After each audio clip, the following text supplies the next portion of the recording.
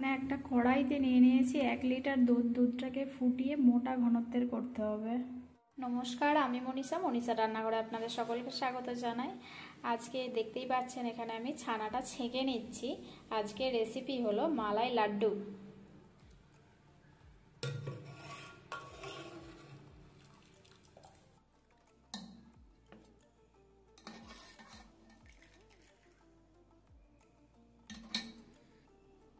অল্প অল্প জল দিয়ে ধুয়ে নেব লেবুর টক ভাবটা কাটানোর জন্য।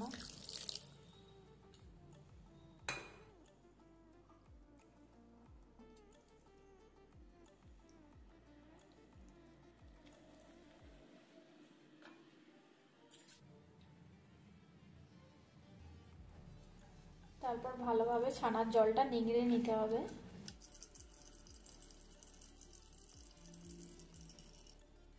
এই পর্যায়ে এসে ছেড়ে দেব। এরপর ছানাটাকে এইভাবে একটা ছাঁকনির উপর বসিয়ে রাখবো। এখানে আমি ছানাটা একটা পাত্রের মধ্যে নিয়ে নিয়েছি। ছানাটা এখন আমি হাতে করে ভালোভাবে মেখে নেব।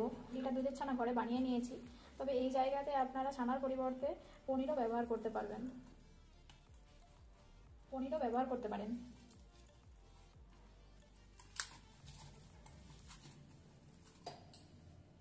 আর একই সাথে আমি এদিকে কড়াইতে গরম দুধ গরম করতে দিয়েছি।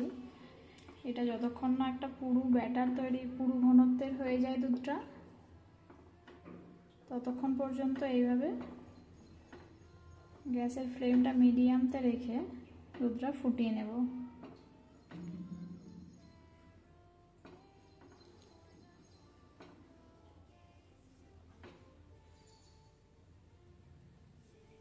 এখন এই ছানাটার মধ্যে দিয়ে দেবো 1 চামচ মতো মালাই, দিয়ে এটা ভালোভাবে মিক্স করে নেব।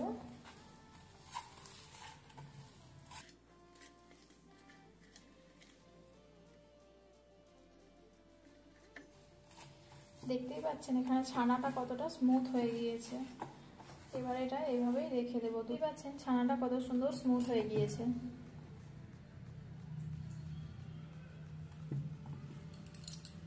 দুধের ঘনত্ব কতটা কমে গিয়ে পুরু হয়ে গিয়েছে।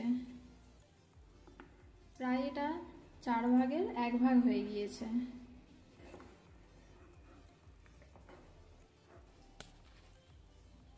এখন এর মধ্যে দিয়ে দেব সেই ছানাটা।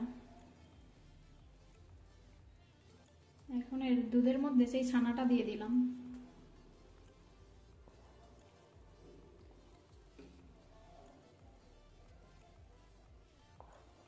এটা মিডিয়াম ফ্লেমে রেখে এখন ভালোভাবে মিক্স করে নিতে হবে দুধের সঙ্গে।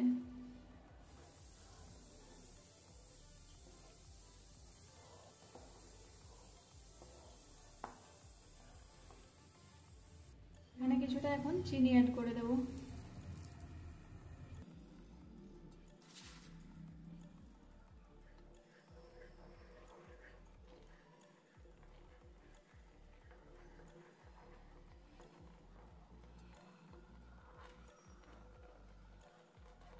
যত পুরু হয়ে আসবে এরকম ভাবে কিন্তু ফাটবে, এই সময় একটু সাবধানে করতে হবে।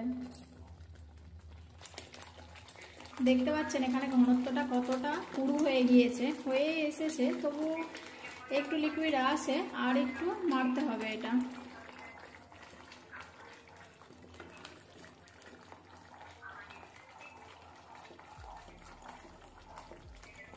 এই জায়গাতে এটা আমি এখন নামিয়ে নেব। বেশি শুকনো করা চলবে না, তাহলে এটা আবার খোয়া হয়ে যাবে বেশি শুকনো করে নিলে।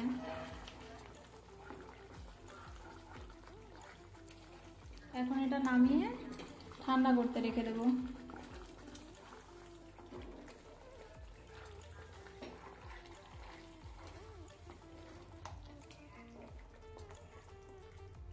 এটা গোল গোল করে পাকিয়ে নেব লাড্ডুর মতো।